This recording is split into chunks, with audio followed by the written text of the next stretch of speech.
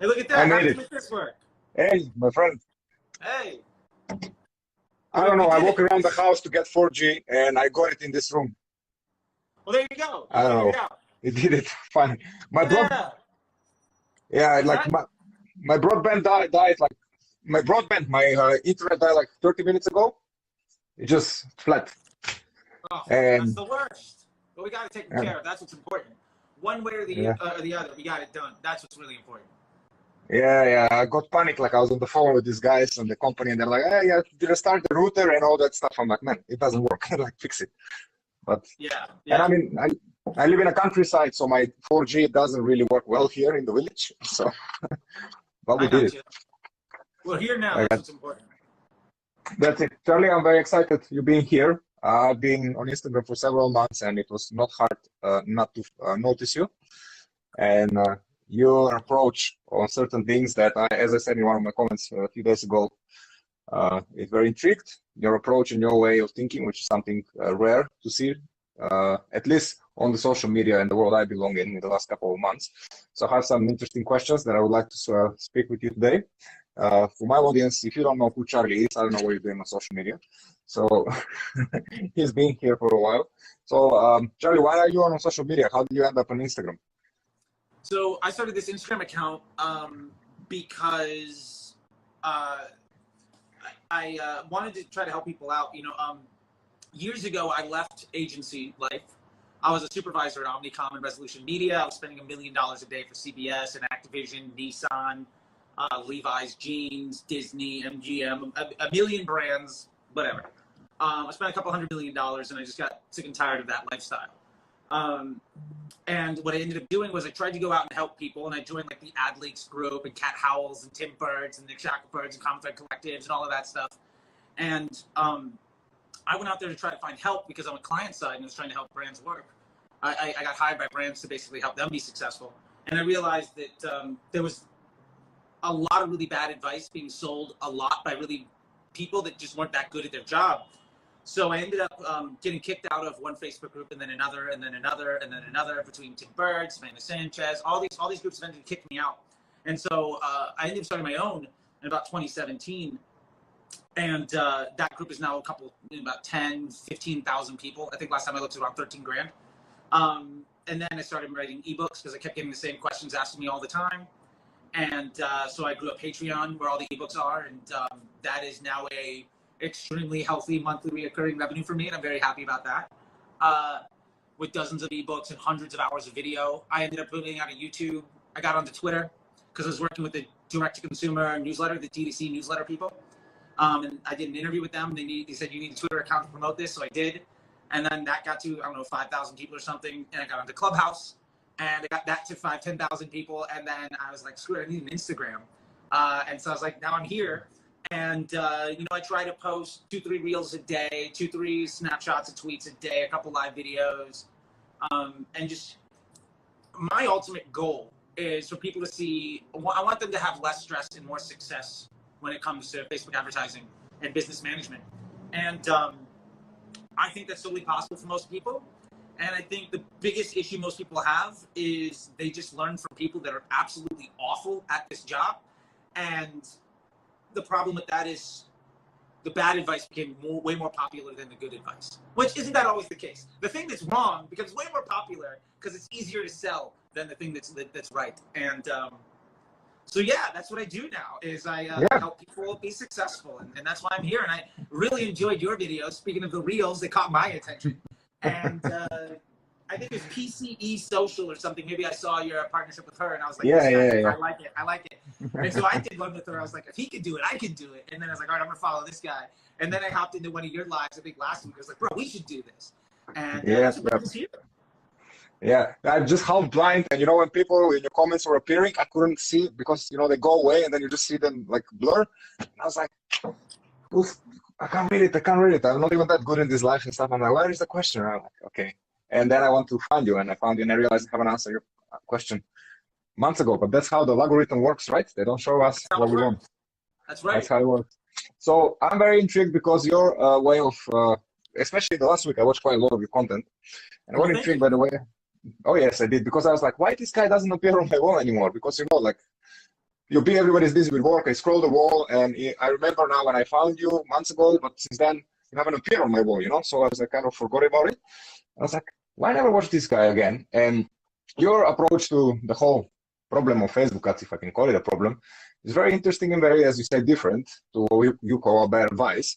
So a lot of my followers and my friends, as I call followers, friends on Instagram, are a lot of coaches and course creators and people who sell that.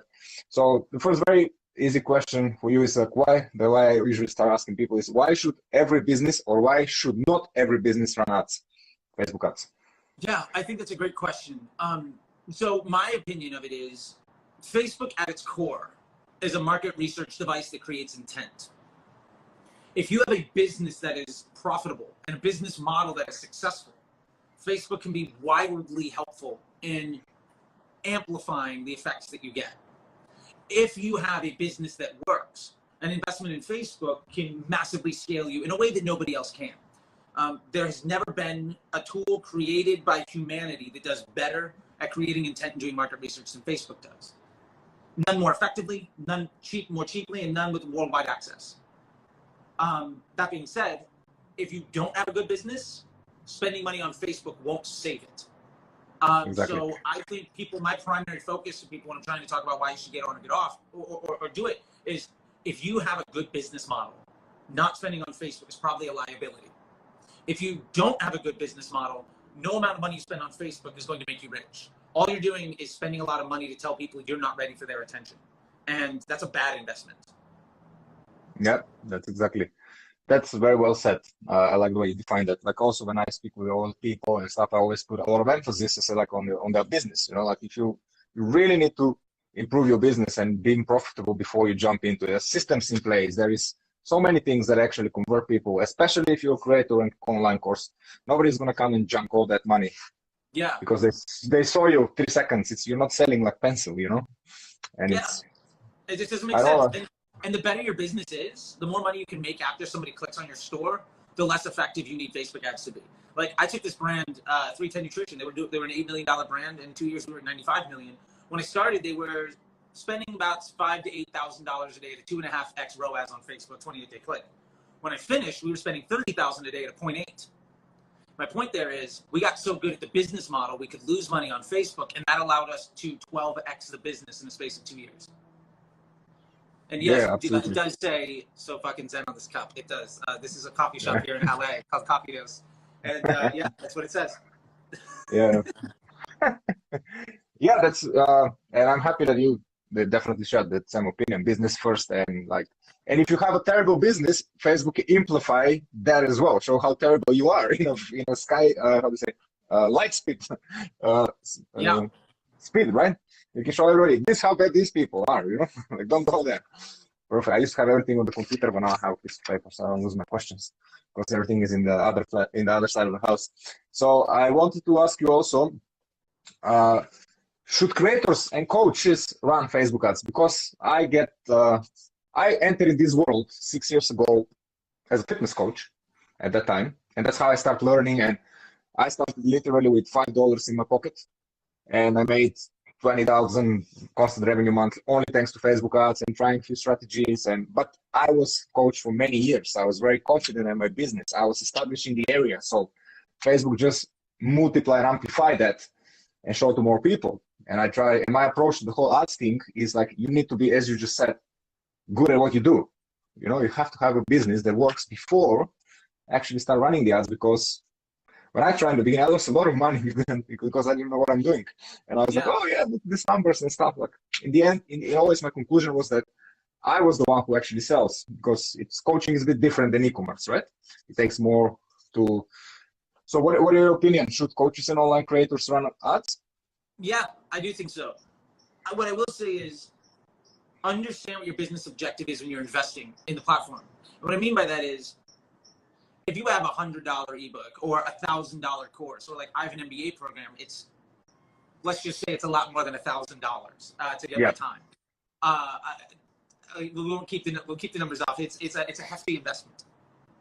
It would be completely unrealistic for me to say that I could run Facebook ads to get a conversion on that $1,000, $5,000 or $10,000 or $20,000 or $50,000 investment, because there's no way I'm going to get enough conversions on a daily basis to leave a learning phase. But what I can do is use Facebook media, use Facebook ads to promote content that generates high levels of intent and interest in somebody talking to me.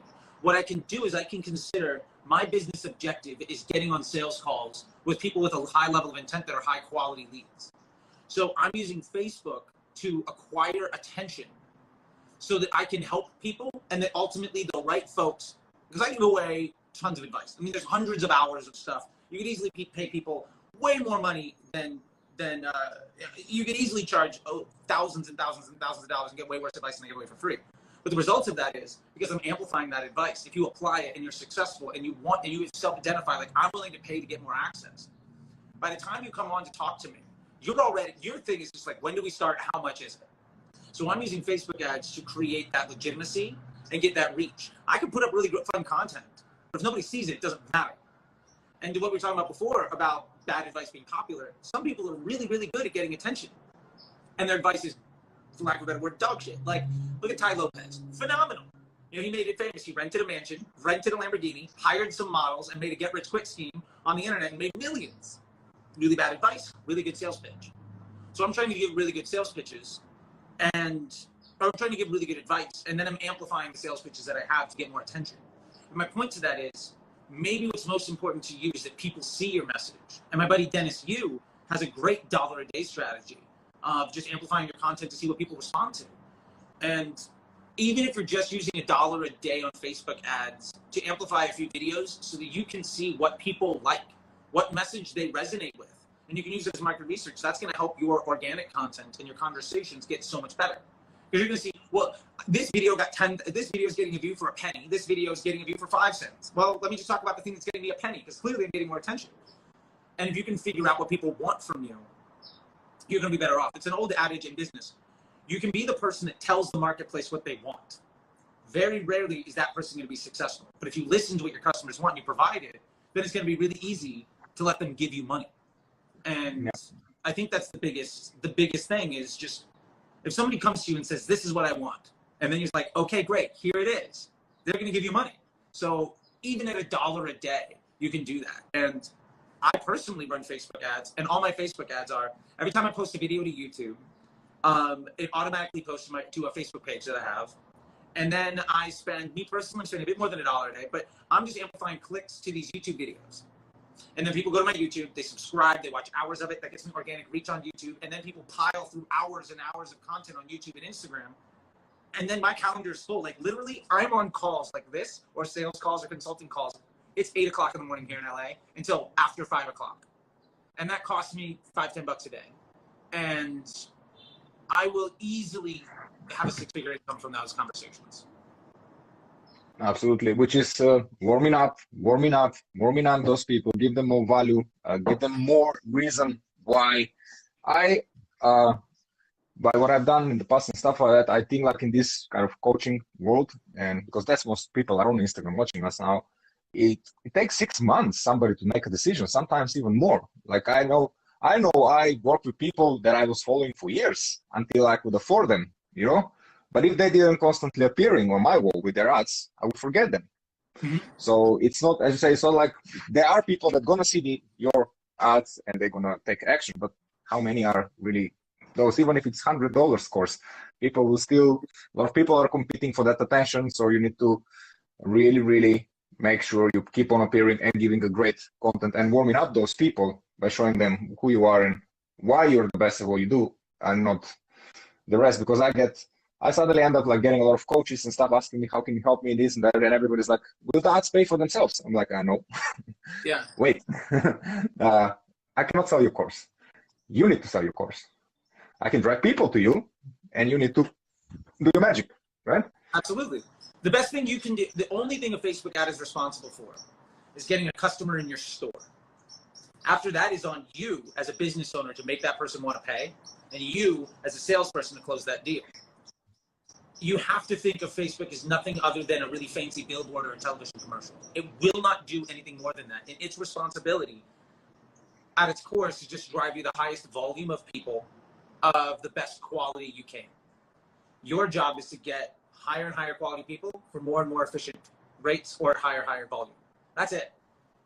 Everything past that is asking Facebook to do something that is not its job. And if you ask somebody to do something that isn't their job, odds are they're going to fail, and it's going to be your fault when it happens. And I think that's a part of the responsibility and ownership of the space that a lot of people don't have, sadly. I think they've just been led astray. They think they can throw the money at Facebook and print money. Absolutely. And that's just not how it works. Yeah, and that's not the purpose of it in the end.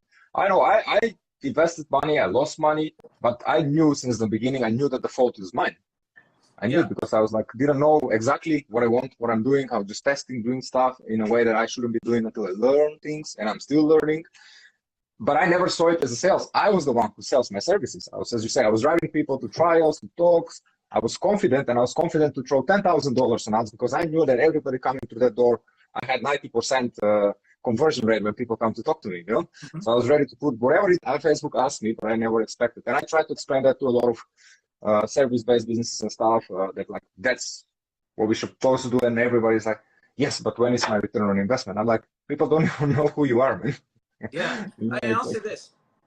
No business model is profitable on year 1 or 2. If you go to the bank and say, I've got a business model, give me a loan, I'm going to be profitable on week 2, they're going to laugh you out of the building. Also, when do you want to capitalize on the attention that you have? Like, I don't want to be profitable on the first week because I know if it takes me a week or a month or however much longer to get the money back from my investment, I know that return is going to be a lot more because I'm investing in a larger win. And the other side of that too is I think business models are really important. Like one of the things that was super huge for me was making a Patreon. Like I said, that Patreon group, I can sell you an ebook for $50. Or I can make a Patreon where you get access to every ebook for $100 a month. Now, if I make a new ebook every 6 weeks or so, I can try to sell you on every single one of them. Or you can subscribe and get access to everything, which is a much better deal for you. For $100, you get access to every one of them. And if you stick around, you're going to see everything.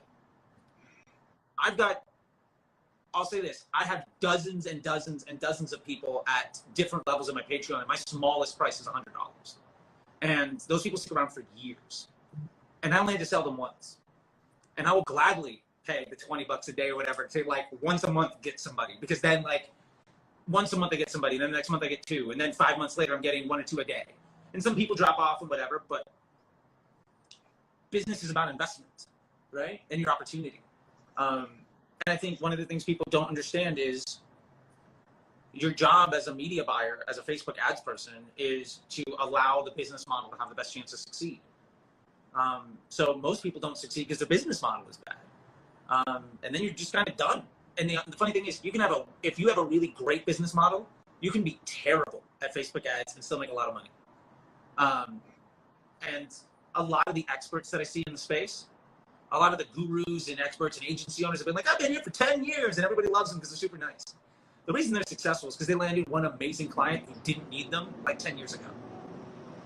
And like, I see that as CBS didn't need me to be successful with $1 million a day I was spending.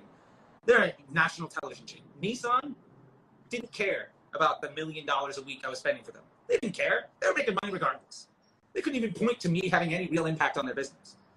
But I can say I was very successful because I attached myself to those big brands. So that's just a bit of a thing there. But yeah, I think it's absolutely about the business model and about how you're trying to sell people. And I think one of the biggest issues that people have is in being profitable is don't try to make all your money on the first sale. Try to make all your money on that relationship. What you're doing is you are buying relationships at an exchange rate. And I'll gladly invest in our future together if I think I'm going to profit on it at the end. And that might mean I lose money in the first day, in the first month. But after that year, I make way more than that money back. I'm great.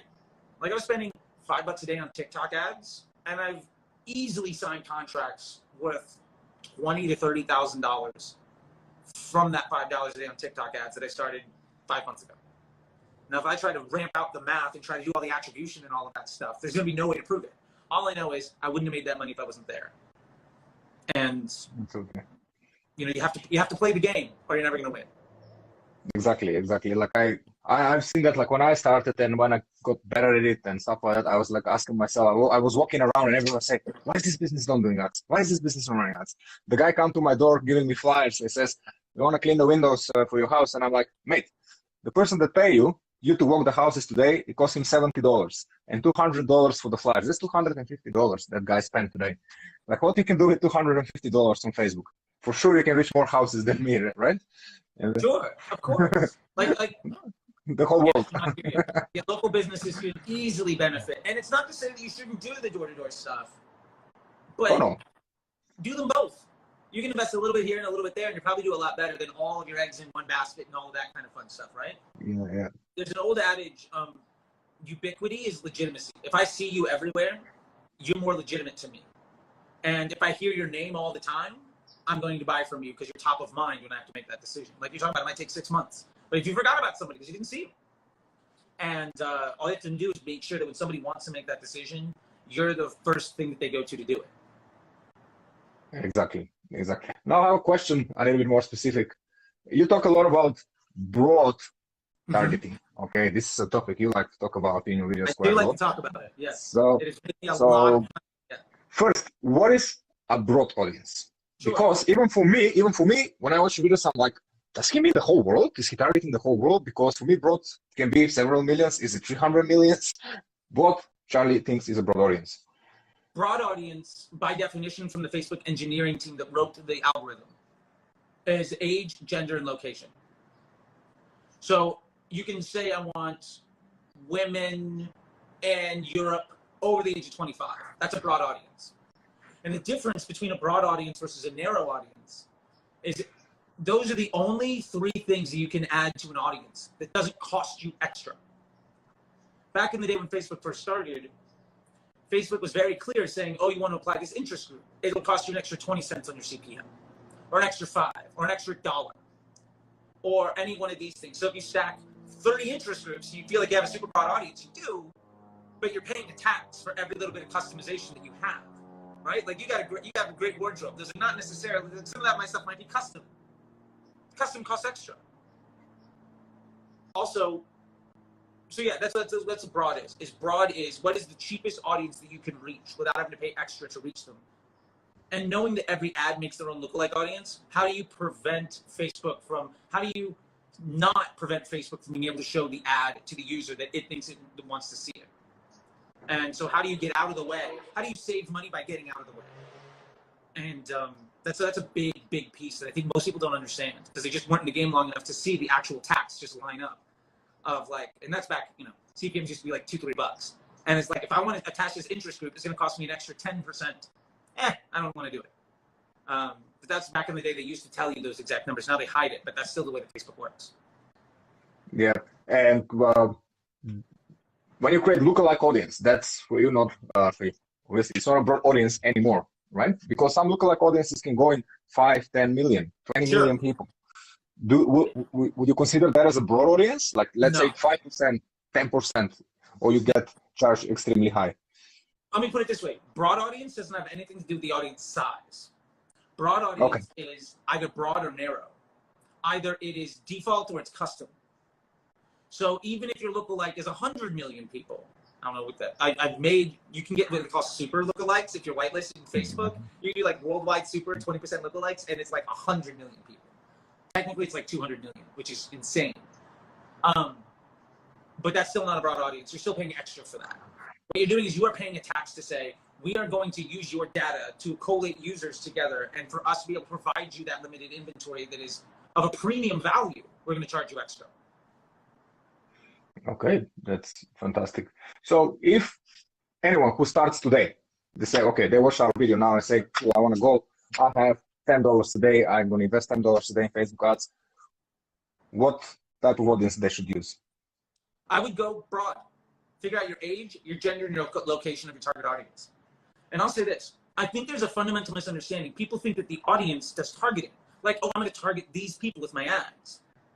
Think of it more as the audience just basically, a targeting audience or a behavior group or an interest excludes everybody that doesn't fit in that little niche. But also remember that interest groups and behaviors and whatnot, it doesn't mean that somebody feels positively about something, and it doesn't include everybody about it. So let's say you love dogs and you hate cats, and you talk about it online all the time. I love dogs and I hate cats. Well, if you keep mentioning cats all the time, you're in the cat's interest group. So when I'm trying to sell cat food, I'm going to target you. generally speaking, 30 to 40% of any interest group is full of people that feel negatively about the topic of conversation. So when we're talking about the auction and the way that it works with your budget and your estimated action rate, where you want to show ads to good people, the people that respond positively to your advertising. If 30 to 40% of the people that you are paying extra to reach actually feel negatively about the thing you're trying to advertise, it's going to hurt you in the long run, because the other part of that equation is your page score. If Facebook sees you as half the people we're showing your ad to, or 30, 40% of them, are leaving Facebook because we showed them your ad, or they're Xing out or leaving negative comments, you're going to have to pay more and more and more just to stay in business. So what I tell people is the ads do the targeting. Remember that Facebook, every ad is a web page.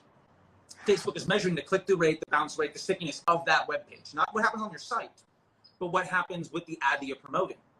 And then because their number one objective is to retain interest for as long as possible, the average person swipes the height of the Eiffel Tower on a daily basis, which is crazy. But your job is to keep them there. So Facebook wants to show people content that they want to see. This was the big breakthrough with optimized CPM in 2015 that like changed the world of Facebook and was a bigger apocalypse than the iOS 14 issue. iOS 14 is a speed bump compared to what this was. And so if you want to target an audience, make content that speaks to that audience. So for instance, I'm trying to sell cat stuff, right? Or I'm personally a dog owner, right? And I want to get, I'm trying to sell, I don't know, dog toys. Have your ad say, hey, do you own a dog? You know who's going to respond positively to that? People that own dogs. You know who's not going to care? Somebody that hates dogs. And Facebook's going to show your ads to the people that can respond positively to it. So think of your ad, make your ad specifically speak to the person whose attention you want to have. If you're in a crowded room and you can shout 3 words and you want everybody in that room that you want to talk to pay attention to, what are those words going to be? That's what your ad should be. And you let the targeting be broad. And that is how you make Facebook work. Because also it means you're only investing in one place. If you only have one campaign where all your money is being spent, maybe 1 or 2 ad sets, maybe you have 1 ad set at broad and you got 4 or 5 ads in there with 1 campaign. That means all of your money is being spent in one place, and that's an order of magnitude of complexity of like 5. It makes it really easy. If you have 10 campaigns, 10 ad sets with 5 ads a piece, that's 500 options for Facebook to spend money and to try to learn. Option number 1 with the 5 ads is 100 times smarter than option number 2, which means it's 100 times more likely to be stable. It's 100 times more likely to be scalable. And it's 100 times more likely to allow you to get insight and improve your business. And that's why when we were working on designing the Power 5 in the Disruptor Group, which you should check out the Power 5, Facebook's been teaching it for a long time, and I was so I was on the I was in the CBO and the account simplicity side of this testing. Hi, Ash. My buddy Ash is here. Super smart guy. Give him a follow. The simpler your account, the smarter Facebook is, the less work you have to do. So what audience do you want to target? Broad. The real question is, who does your ad appeal to? And then just make ads that appeal to the person you want to sell to. So instead of using an interest group or targeting audience, make an ad that appeals to that type of person, and you'll target them for cheap all day long. And as I understand it, if they show interest, they engage with their ad, Facebook flags them in a good way and show them more of your ad, right? Yeah, absolutely. And they're going to find other people that look and feel like that person. Yep. So if you like something and then Facebook says, well, I haven't liked it, and Charlie and I like it, well, everybody else on this thing might also like it because we're all interested in the same thing. And they're going to show it. And I believe that also they will show your organic content more as well if you behave well. That's because it makes sense to me. If you have running ads that please Facebook idea of keeping people longer and giving them good content, and I believe that they push your organic content as well. Yeah. I mean, think of Facebook ads the same way as Instagram Reels. It's just when you're paying for them, when you're not. Good content goes a long way. Bad content doesn't. And if it's bad content, but you want it to go a long way, you have to pay more and more money. And it's bad to pay more money on something that doesn't work. So just find the stuff that works and be good to go. And the last point of that is, I think the biggest mistake people make is they try to isolate all of the things that work and spend as much money on them. What you want to do is just remove the options that are bad. So remove bad choices and it gets smarter. Think of it like if you have a factory, right? And there's 5 or 10 employees that work for your factory. Some people can make 2 things a day, some people can make 10 things a day, and you need 50 things done. If you want to ask the person that can make 10 things a day to make 50 and you fire everybody else, odds are they're going to make them, but they're going to do a really bad job. Yeah.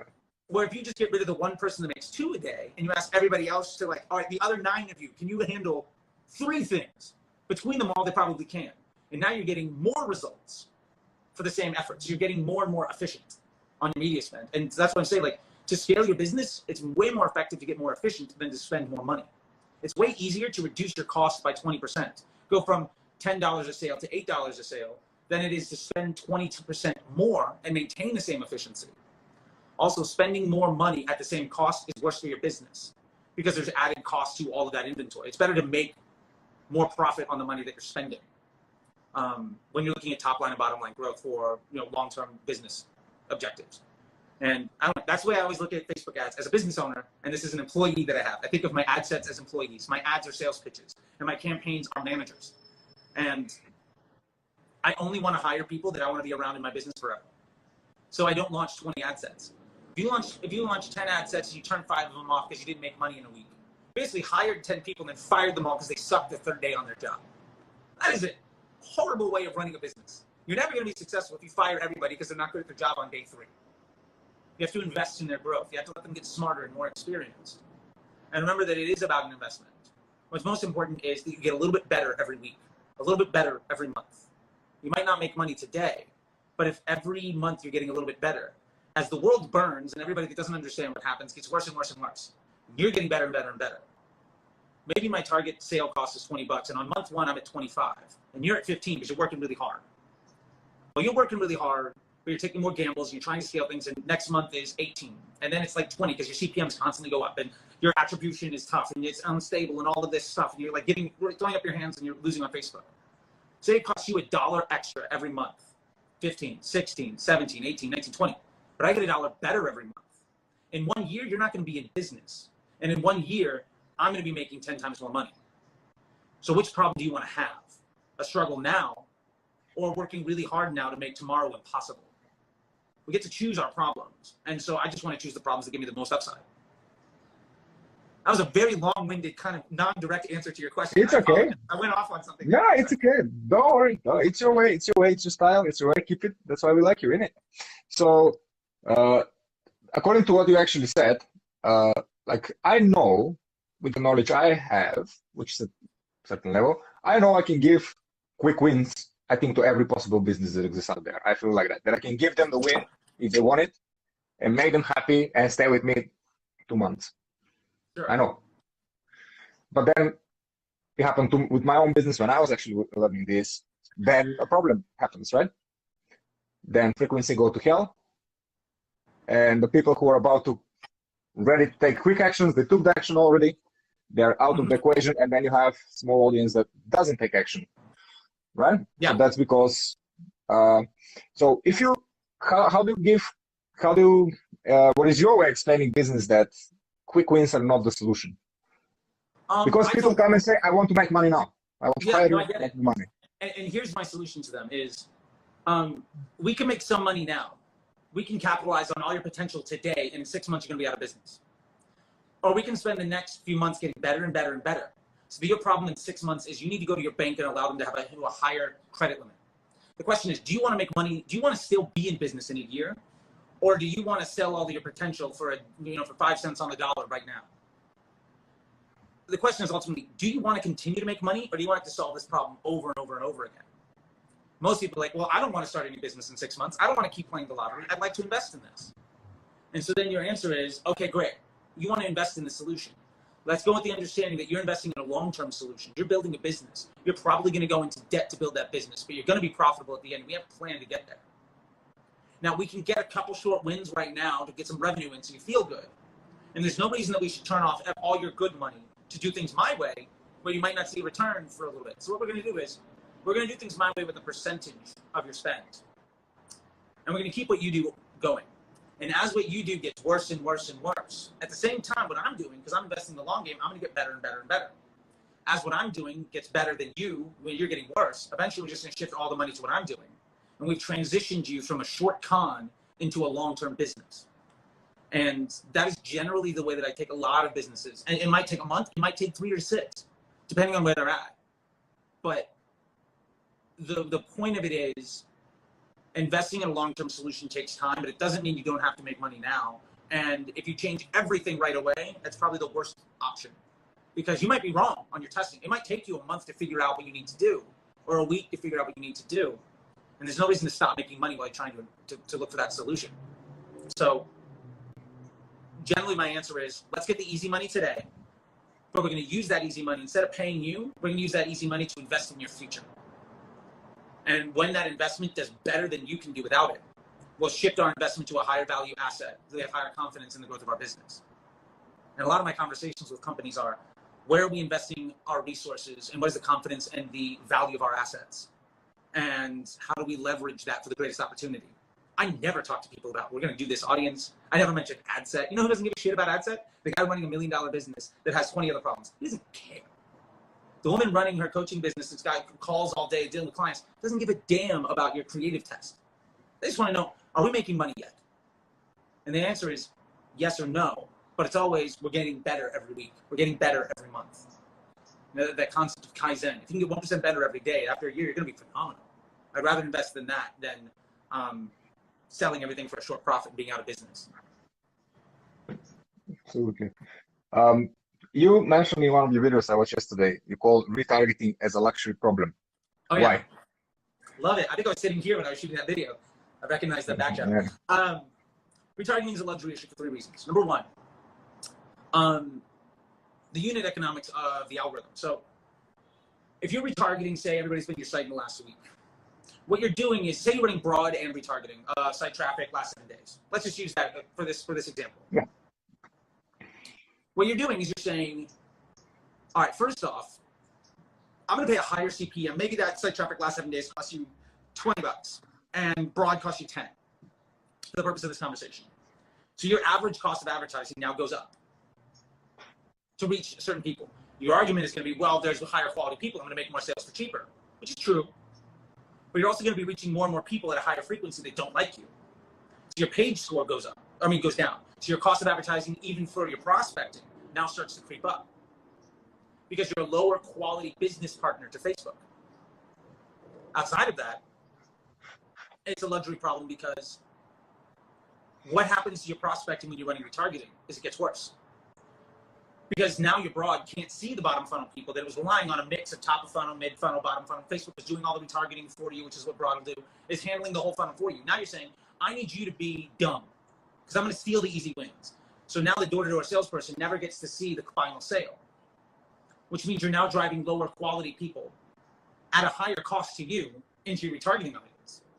So now your retargeting audience gets less and less efficient and gets smaller and smaller. And as it gets smaller, you pay more money to reach those people because the CPMs go up because your audience is smaller. So those 2 points right away is you're paying more money to become a lower quality partner to Facebook. So you're getting, even your prospecting is going to cost you extra. And because your prospecting can't see quality people, you're retargeting worse and worse quality individuals at scale. Lastly, you have to solve, a lot of people make the mistake of trying to run a retargeting ad and a prospecting ad, where you're guessing what somebody's issue is, right? So let's say the problem is, let's say you're selling broccoli, and you're like, well, I can do it lowest cost. Well, if I'm 13, the reason I'm not buying broccoli isn't because it costs too much. It's because I don't want to eat my fucking vegetables. You've guessed the wrong reason, so now you've lost that sale entirely. And you've made a really bad experience for half the people, a third of the people. So not only did you guess wrong, but in order for you to even understand what those investments should be, you have to spend a lot of money. So now you have to test in prospecting and retargeting, where your targeting test has to guess what that person's objection is while you're making prospecting dumber and dumber and dumber. And you have the budget to keep both out of the learning phase, plus test for creative for both, and figure out what those customers look like on your back end for your store. And the honest truth is maybe, but if you're not spending a couple $1,000s a day, the odds are probably no. And Facebook does the retargeting for you. Because your ads, Facebook's trying to show your ads to the people that can respond positively to them. Now, who's going to respond positively to your ads? Somebody that's never heard from you before? Or somebody that abandoned cart yesterday? There's a reason your frequency at broad is still not 1. It's like 1.1, 1.2, 1.3, something like that. And it's because it's doing retargeting for you. The last thing that I'll say is, if you run broad and retargeting, what happens is that broad is going to try to remain consistent. Now, it was able to run top of funnel and it was able to run effectively because it saw top and bottom funnel people. And Facebook wants to deliver you a consistent result. Now, what happens when you chop off the bottom of that funnel and say you only get these folks? What happens is it starts to spend more money at the middle of the funnel because you took away the easy wins. So now, in order to maintain consistency, if I take away all the easy wins, you're now going to stop taking bigger risks. You're going to play scared and just try to get the people that are kind of in the middle. So you're not even reaching more people anymore. So now your CPMs are going up because you're retargeting individuals and you're hitting more people that aren't necessarily interested, and you're not bringing more people to your store. So while you're retargeting because you're like, okay, great, I'm getting a wonderful ROAS on this retargeting audience, you're actually tanking the future of your business. And you don't need to. And so for that reason, it's a luxury problem. Hey, look, I've run accounts where we do retargeting. I'm a big believer in retargeting. But until you figure out broad and you've stabilized it, and you've understood what the limitations of your success there are, you probably don't have the money, the time, or the need to work on retargeting. And you're going to sacrifice your long-term business growth for a short-term gain that will ultimately tank your ability to be successful at all anyway. Because of that page score thing that we were talking about. So yeah, that's why I say retargeting is a luxury problem, and most people do it wrong. Like, you are going to retarget with an upsell, retarget with a different thing. But wait, there's more. Oh, you like this mug? Cool. You didn't buy it? Hey, look, I'm going to give you this mug plus 2 other ones and some coffee. But instead of charging $20, I'm going to charge you 100. Which do you want? Now my retargeting is offering you something different. I'm not beating you over the head with something you already told me no. I'm giving you an option to give you something else. But because I'm paying extra, I want to get more money from you. So I never retarget with a discount. That's the worst thing you could ever do. You retarget with an upsell. You try to overcome that objection with greater value. And that way, when I'm paying to reach you another 3, 4, 5, 10 times, instead of getting $20 from you, I'm getting 100. So that's okay for me. And because I'm retargeting you with the $100 offer, that broad audience that's selling the $20 offer doesn't get negatively impacted like we were just talking about, because one's a $100 offer, one's a $20. So that $20 offer is still showing to everybody, but the people that are likely to respond to the 100 are seeing it in the retargeting audience. So it's incremental. And yeah, so retargeting is a luxury problem, and I think most people don't have the budget to afford it. Yeah, that's a very interesting way of explaining it, to be honest.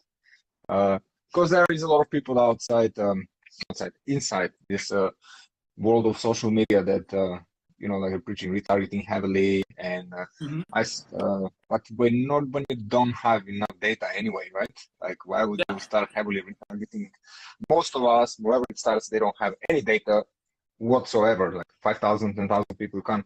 So I actually spoke with Facebook yesterday, and I asked some questions that I saw on your account. Okay. I wanted to see what the lady on the other side of the phone will say. Love it. Just for the benefit of this life, right? I love it. So you're talking to Facebook marketing rep? Yeah, I think so. They call them like that. Okay, got you. So that's an entry-level employee salesperson that sees a script. Got it. I know what you're talking about. Yeah.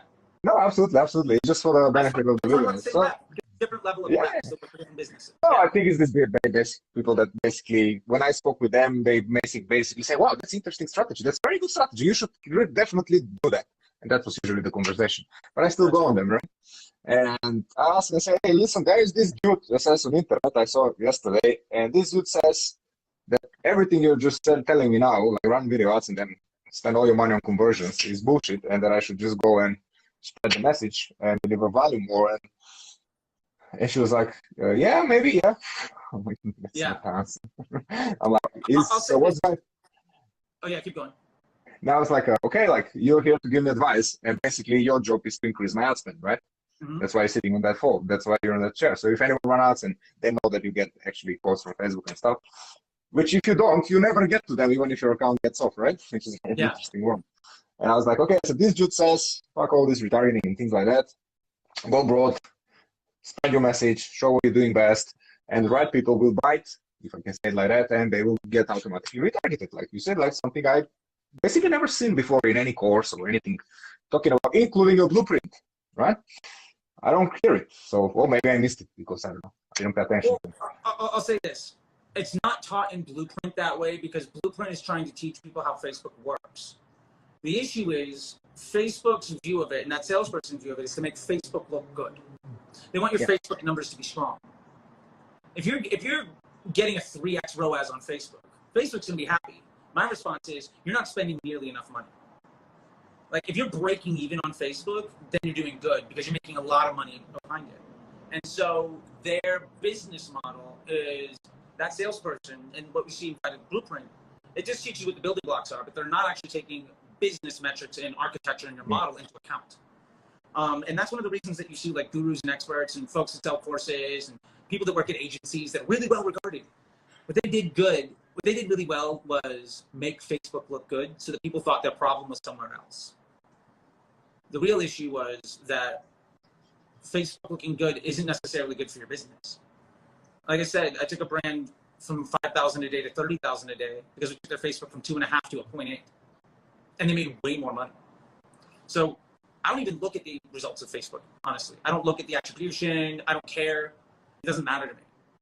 What I'm trying to do is, I'm looking at week over week, am I getting more efficient? Am I solving better problems? And then as my business or my clients or students' businesses, are they improving because of this investment? If I do my best job to try to take care of the relationships that I have in the best way that I can take high level of confidence that I'm going to get the best result that I could from it. But if I try to maximize the value of that relationship and ignore the rest of my business, I'm going to suffer. And I have had people that I've worked with that nearly went out of business because we made Facebook look really good.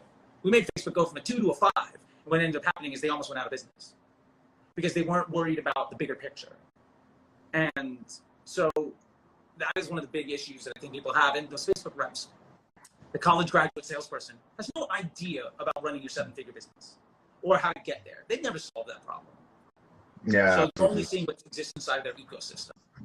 Yeah, we have a question from Way Happy. What does it mean to get more efficient week over week? Efficiency means I'm either acquiring new customers for cheaper or I'm acquiring customers at the same cost, but at a higher spend. So how do I make more profit every week? How do I reduce my advertising cost every week? How do I maintain it, but just increase my spend? Something along those lines. And I was talking with a student 2 days ago, and he was freaking out because he's like, man, my ROAS dropped from a 1.7 to 1.3. I was like, okay, well, let's look at your business. Well, you made $500 in profit 3 weeks ago. You made $2,000 in profit last week. You made less profit on every sale, but you had way more customers. And Facebook didn't show you all the sales that you got. So what we're really doing is we're seeing what is the value of the investment that we're making. And if we can make that better and better, that's what efficiency is about. And so that's what I really try to drive people for, is think of your success as whatever success is, whatever you think success is for your business. Success as an advertiser is getting a little bit better at that thing every week or every month. And that's why my students and clients, this year was their best year ever, most of them. Last year was the best year they ever had before that. And the year before that was like it kept getting better. Even though iOS 14 happened and the world was ending. They stopped caring about what Facebook said their results were and just started looking at their overall business. And if you take care of that relationship, you're going to be successful. I get this question quite a lot. What is the most important metric when you're on the ads? Okay, answer. What do you think? What is the most important metric that people should measure when they spend money on paid advertising? I'll say this. There's a lot of channels where the only, not just Facebook, but a lot of channels where the only metric I look at is spend. I don't care about CPC. Cost per click, meaningless in Facebook. And what I mean by that is, maybe I can get a 50-cent cost per click on $5 and I get 10 people. But if I get a $1 cost per click on $100, well, I got twice as many people. Does it mean that they're better or worse quality? Who knows? But if you've ever done lead gen, one of the things you learn is the cheaper the lead, the worse the quality of the click. Our clicks are created equal. Let's talk about click-through rate. Very common. People are like, I'm just trying to get the best click-through rate. I want the worst click-through rate because I want my content to be so good that it's shown to everybody. And if your ad is shown to 100 people and you get 5 clicks, you got 5% click-through rate. If my ad is shown to 1,000 people and I get 10 clicks, I got twice as much as you did for the same dollar. I'll take that lower click-through rate all day. Some people say, well, CPMs are the most important thing. CPMs are a good barometer of whether or not your ad is good, but I don't care about reaching the most amount of people for the cheapest if my conversion on that traffic isn't any good. The point is, all of these data points require context, and they're not actionable. You're not going to, you can't make a good decision because of that data point. So when I teach people about reporting, primarily what I look at is spend, conversions, and value. And then from there, I can extract how much did it cost for me to get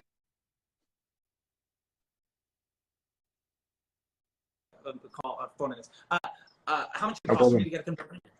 How much money did I spend, and what was my return on that? And I think that's the most important thing.